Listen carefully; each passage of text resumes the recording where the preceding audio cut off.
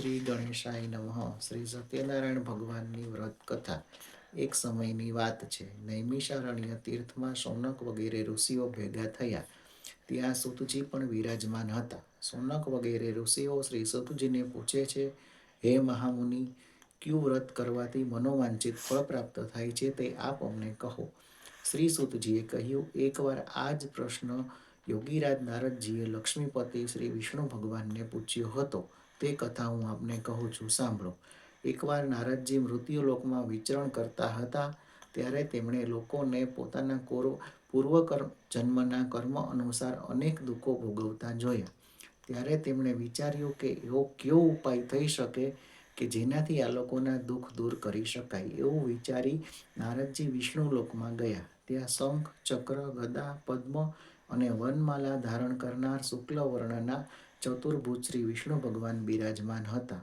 મન વાણીથી પર, આદિ, મધ્ય, અંત રહિત, અનંત શક્તિવાળા, સર્વમૂળના કારણરૂપ, નિર્ગુણ છતાં ગુણાત્મા, ભક્તોના દુઃખ દૂર કરનાર આપને વંદન. એવી પ્રાર્થના કરી ત્યારે શ્રી ભગવાન બોલ્યા, હે ભાગ્યશાળી, તમે શા માટે અહીં આવ્યા છો?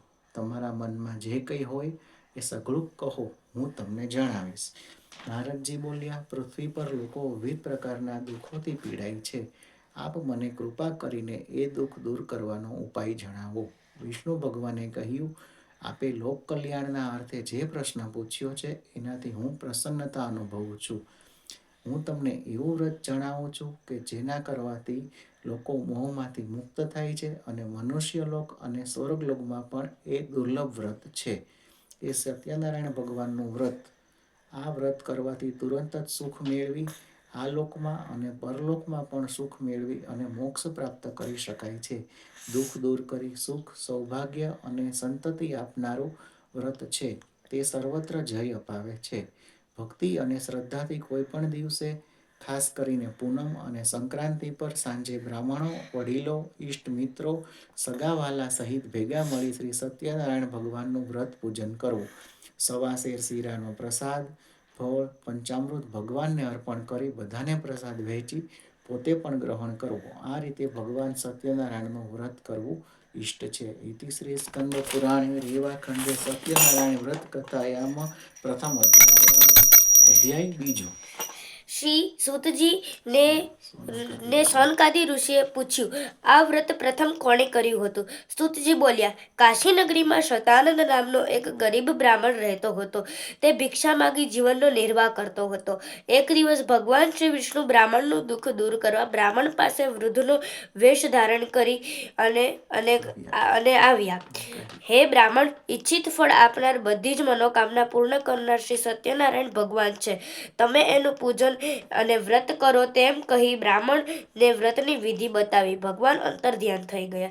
શતાનંદે આ વ્રત હું કરીશ એવો નિશ્ચય કરી હંમેશાની જેમ નગરમાં ભિક્ષા માગવા ગયો. તે દિવસે તેને દરરોજ કરતાં વધુ ધન મળ્યું. તે ધન વડે તે બ્રાહ્મણ સત્યનારાયણ ભગવાનનું વ્રત કર્યું. એ વ્રતના પ્રભાવે બધા દુઃખોથી દૂર મુક્ત થઈ સંપત્તિવાન થયો અને અંતે અત્યંત દુર્લભ મોક્ષને પ્રાપ્ત કર્યું. એક સમયે જ્યારે બ્રાહ્મણ સત્યનારાયણ ભગવાનનું વ્રત કરતો હતો ત્યારે એક કઠિયારો ત્યાંથી નીકળ્યો અને નમન કરીને બ્રાહ્મણને પૂછ્યું, આ કયું વ્રત કરી રહ્યા છો? ત્યારે શતાનંદે કહ્યું, હું બધા ઈચ્છિત ફળ આપનાર શ્રી સત્યનારાયણ ભગવાનનું વ્રત કરી રહ્યો છું. વ્રતનું મહાત્મય મળ્યા બાદ કઠિયારો પ્રસાદ લઈ મનમાં નિશ્ચય કર્યું કે હું પણ આ વ્રત કરીશ. એમ કહી લાકડાનો ભારો વેચવા ગયો. ત્યાં તેને શાહુકારો દ્વારા લાકડાનો બમણો ભાવ મળતા તે સારા કેળા, દૂધ, ઘી, રવો વગેરે લઈ ઘરે આવ્યો. બધાને બોલાવી સત્યનારાયણ ભગવાનનું વ્રત કર્યું, જેનાથી તે સંસારના બધા સુખ ભોગવી મોક્ષને પામ્યો. ઇતિ શ્રી સ્કંદ પુરાણે રેવાખંડે સત્યનારાયણ વ્રત અધ્યાય. ઉલ્કામુખ નામનો એક રાજા તેમની રાણી સાથે વપરા નદીને કાંઠે સત્યનારાયણ ભગવાનનું વ્રત કરી રહ્યો હતો. ત્યારે સાધુ વાણીઓ વેપાર અર્થે નીકળેલ તે રાજા પાસે આવ્યો અને નમ્રતાથી પૂછ્યું, આપ શેનું વ્રત કરી રહ્યા છો? એનું ફળ શું મળે? રાજાએ કહ્યું, પુત્રાદિ સંતતિની ઈચ્છાથી અમે આ વ્રત કરી રહ્યા છે. આ વ્રતની વિધિ જાણી સાધુ વાણિયાએ પણ નિશ્ચય કર્યો કે જો સંતતિ પ્રાપ્ત થશે તો હું આ વ્રત અવશ્ય કરીશ. સાધુ વાણિયાએ પોતાની પત્ની લીલાવતીને પણ આ વાત કહી. થોડા સમય બાદ લીલાવતી ત્યાં એક સુંદર કન્યાને જન્મ થયો. એ કન્યાનું નામ કલાવતી રાખ્યું. જ્યારે લીલાવતીએ પતિને સત્યનારાયણ ભગવાનનું વ્રત યાદ કરાવ્યું ત્યારે પુત્રીના લગ્ન સમય કરીશું એમ કહી વેપાર કરવા નીકળી ગયો. કન્યા મોટી થતાં પોતાના દૂતને કાંચન નામના નગરમાં મોકલી ગુણવાન વેશ્ય પુત્ર સાથે વિવાહની વાત પાકી કરાવી સાધુ વાણિયાએ કલાવતીના લગ્ન કરાવ્યા, પણ વ્રત ભૂલી ગયો. કન્યાના વિવાહ બાદ સાધુ વાણિયો ચંદ્રકેતુ નામના રાજાના રત્નસરપુર નગરમાં જમાઈ સાથે વેપાર કરવા ગયો. તે સમયે વચનનું પાલન કરવાનું ભૂલી ગયો. તેથી સત્યનારાયણ ભગવાન કોપાયમાન થયા અને સાધુ વાણિયાને જમાઈ સાથે જ્યાં રહેતો હતો ત્યાં ચોર રાજાના ખજાનામાંથી ધન ચોરી કરી સિપાહી પાછળ આવતા સાધુ વાણિયાને ત્યાં ધન છોડી ભાગી ગયા. સિપાહીઓ ધન જોઈ સાધુ વાણિયા અને એનો જમાઈ ચોર છે એમ વિચારી રાજા પાસે લઈ ગયા અને રાજાને કહ્યું, આપનું ધન ચોરનાર બંને ચોરને અમે પકડી લાવ્યા છીએ. રાજાએ કશું સાંભળ્યા વિના જેલમાં પૂરી દઈ બધું ધન લઈ લીધું. સાધુ વાણિયાની પત્ની અને પુત્રીની પણ દશા ખરાબ થઈ. તેમનું ધન ખૂટી ગયું. એક દિવસ કલાવતી એક બ્રાહ્મણના ઘેરે સત્યનારાયણ ભગવાનની કથા સાંભળી પ્રસાદ લઈ ઘરે આવી અને મા લીલાવતીને પ્રસાદ આપ્યો. લીલાવતીએ સત્યનારાયણ ભગવાનના વ્રતનું સ્મરણ થતાં તેને બીજા દિવસે સત્યનારાયણ ભગવાનની કથા કરી પ્રાર્થના કરી કે હે પ્રભુ, મારા પતિને જમાઈને જલ્દી ઘરે મોકલો અને અમારો અપરાધ ક્ષમા કરો. સત્યનારાયણ ભગવાન રાજા ચંદ્રકેતુના સપનામાં આવ્યા અને કહ્યું, પહેલા સાધુ વાણિયાને જેલમાંથી મુક્ત કરી દો અને એનું ધન પાછું આપી દે. જો તું એમ નહીં કરે તો તારા રાજ્યનો નાશ કરીશ. રાજાએ બીજા દિવસે સભામાં વાત કરી. બંને વાણિયાઓને મુક્ત કરી તેમને બમણું ધન આપી અને કહ્યું કે હવે ખુશીથી તમારા ઘરે જાઓ. ઇતિ શ્રી સંત ગૌરાણે રેવાખંડે સત્યનારાયણ વ્રત કથાયામ તૃતીય અધ્યાયઃ. અધ્યાય ચોથો. જ્યારે સાધુવાણીઓ જમાઈ સાથે નગર તરફ પ્રયાણ કરે છે ત્યારે ભગવાન સત્યનારાયણ એક સંન્યાસીના વેશમાં આવ્યા અને બોલ્યા, હે શેઠ, આ હોડીમાં શું ભર્યું છે? ત્યારે ધનથી છકેલા બંને વાણિયા હસીને કહ્યું, હે સાધુ, તમે શા માટે ધનની ઈચ્છા રાખો છો? અમારી હોડીમાં તો વેલા અને પાંદડા જ ભર્યા છે.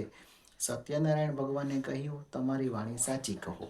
તેમ કહીને થોડે દૂર જઈને બેસી ગયા. જ્યારે સાધુ વાણીઓ નિત્યકર્મથી પરવારી હોડી પાસે ગયો તો તેમણે હોડી હલકી જોઈ અને એમાં વેલા અને પાંદડા ભરેલા દેખાયા. આ જોઈને તે મૂર્છિત થઈ ગયો. જ્યારે જમાઈએ કહ્યું કે આપ ચિંતા ન કરો, આ બધું પેલા સંન્યાસીના શ્રાપના લીધે થયું છે. ચાલો આપણે તેમની પાસે જઈ અને એમની માફી માંગીએ.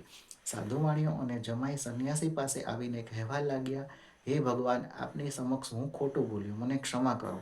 ત્યારે સાધુ વેશ ધારણ કરેલ ભગવાને કહ્યું, હે શેઠ, મારી માનતા રાખી હોવા છતાં તે મારી પૂજા ન કરી, ખોટું બોલ્યો, તેથી તને દુઃખ પ્રાપ્ત થયું છે. ત્યારે સાધુ વાણિયાએ કહ્યું, હું આપની માયાથી મોહિત છું, મારું ધન પાછું આપો, મને ક્ષમા કરો, આપનું પૂજન હું કરીશ. ત્યારે ભગવાન પ્રસન્ન થયા અને તેનું ધન પાછું આપ્યું. ત્યારબાદ તે પોતાના નગર તરફ આવી અને એક દૂતને સમાચાર આપવા રવાના કર્યો. દૂતને સંદેશો સાંભળી અને લીલાવતી ખુશ થઈ. ભગવાન સત્યનારાયણની પૂજા કરી રહી હતી તો લીલાવતી સત્યનારાયણ ભગવાનની પૂજા કરી અને પતિને મળવા દોડી ગઈ અને કલાવતીને કહ્યું, હું જાઉં છું, તું પણ જલ્દી આવજે. કલાવતી ઉતાવળમાં સત્યનારાયણ ભગવાનની પૂજા પૂર્ણ કર્યા બાદ તેમનો પ્રસાદ લીધા વિના જ દોડી ગઈ. તેથી સત્યનારાયણ ભગવાન કોપિત થયા અને કલાવતીના પતિને હોડી સહિત અદ્રશ્ય કરી દીધો. કલાવતી પતિની પાદુકા લઈ અને સતી થવા જાય છે, કેમ કે તેમને પતિનો વિરહ તે સહન કરી શકી નહીં. ત્યારે સાધુવાણીઓ મનમાં ને મનમાં પ્રાર્થના કરે છે કે હે સત્યનારાયણ ભગવાન, આ સંકટ દૂર કરો. હું તમારી માયાથી મોહિત થઈ ગયો છું, એમ આ બધા પણ માયાથી મોહિત થઈ ગયા છે. હે ભગવાન, તમે મારા સંકટ દૂર કરો, હું તમારી પૂજા કરીશ. ત્યારે ભગવાન સત્યનારાયણે આકાશવાણીથી કહ્યું કે તારી કન્યા મારા પ્રસાદનો ત્યાગ કરી અને પતિને જોવા આવી છે. જો તે ફરી પાછી ઘરે જઈ પ્રસાદ લઈને આવશે તો તેનો પતિ તરત જ તેને પ્રાપ્ત થશે. કલાવતી પ્રસાદ લઈ અને પરત આવી તો તેમનો પતિ પ્રગટ થયો. અને પછી સાધુવાણિયાએ વિધિપૂર્વક દર મહિનાની પૂર્ણિમા સંક્રાંતિના દિવસે ભગવાન સત્યનારાયણનું વ્રત પૂજન કર્યું અને વૈકુંઠ પ્રાપ્ત થયું. ઇતિ શ્રી સંત પુરાણે વેરેવાખંડે ચતુર્થ સમાપ્તો. શ્રી સુતજી કહે છે, એકવાર રાજા તુંગધ્વજ શિકાર કરી વડના ઝાડ નીચે આરામ કરવા બેઠો હતો. ત્યાં ગોવાળો સત્યનારાયણ ભગવાનની પૂજા કરી રહ્યા હતા. રાજાએ ન ભગવાનને હાથ જોડ્યા કે ન ગોવાળે આપેલ પ્રસાદ લીધો. તેનાથી ભગવાન કોપાયમાન થયા અને રાજાના સુપુત્ર ધન સંપત્તિ બધું નાશ પામ્યું. આથી રાજાએ મનમાં વિચાર કર્યો કે નક્કી સત્યનારાયણ ભગવાનનો કોપ જ હોઈ શકે. હું સત્યનારાયણ ભગવાનનું વ્રત કરીશ એવું વિચારી રાજા ગોવાળો પાસે ગયો અને ભક્તિપૂર્વક સત્યનારાયણ ભગવાનની પૂજા કરી અને પ્રસાદ લીધો. ફરીથી તેને ધન ધાન્ય મળ્યું, પુત્ર પૌત્રાદિથી સંપન્ન થઈ વૈકુંઠ પામ્યો. આ ઘોર કળિયુગમાં ભગવાન સત્યનારાયણની પૂજા જ બધા દુઃખનું નિવારણ કરી આપે છે. કાશીમાં સતાનંદ નામનો જે બ્રાહ્મણ હતો એ બીજા જન્મમાં સુદામા થયો અને કૃષ્ણ ભગવાનને પામ્યો. લાકડા વેચનાર કઠિયારો કેવટ થયો અને રામ ભગવાનની ભક્તિ મેળવી. ઉલ્કામુખ રાજા બીજા જન્મમાં રાજા દશરથ થયા. સાધુવાણીઓ હતો તે બીજા જન્મમાં મોરધ્વજ થયો અને પોતાનું અડધું શરીર કરવત વડે કપાવી અને ભગવાનના ચરણમાં સ્થાન પામ્યો. તુંગધ્વજ મહારાજ બીજા જન્મમાં સ્વયંભૂ મનુ થયા. ઇતિ શ્રી સ્કંદ પુરાણે રેવાખંડે સત્યનારાયણ વ્રત કથાયામ આરતી શ્રી કૃષ્ણ ઘેરે આવ્યા, માતા જશોદા કુંવર કાન ઘેરે આવ્યા, હરખે હુલામણે શામળિયો ઘેરે આવ્યા રે, જીને જીને ચોખડીને મોતી રે વધાવ્યા રે, ઉતારો આરતી શ્રી કૃષ્ણ ઘેરે આવ્યા, માતા જશોદા કુંવર કાન ઘેરે પ્રેમે આરોગો નંદલાલ રે, મારી પ્રેમની થાળી જમવા પધારો નંદલાલ રે, મારી પ્રેમની થાળી મેં તો રસોઈ મારી જાતે બનાવી, પ્રેમે જમાડું નંદલાલ રે, મારા પ્રેમની થાળી. અચ્યુતમ કેશવમ શ્રીનામ નારાયણમ કૃષ્ણ દામોદરમ વાસુદેવમ હરે, શ્રીધરમ માધવમ ગોપિકા વલ્લભમ, જાનકી નાયકમ શ્રી રામચંદ્રમ ભજે. કપૂર ગૌરમ કરુણાવતારમ સંસાર સારમ ભુજગેન્દ્રહારમ સદા વસંતમ હૃદયારવિંદે ભવમ ભવાની સહિતમ નમામિ. બોલો શ્રી સત્યનારાયણ ભગવાનની જય.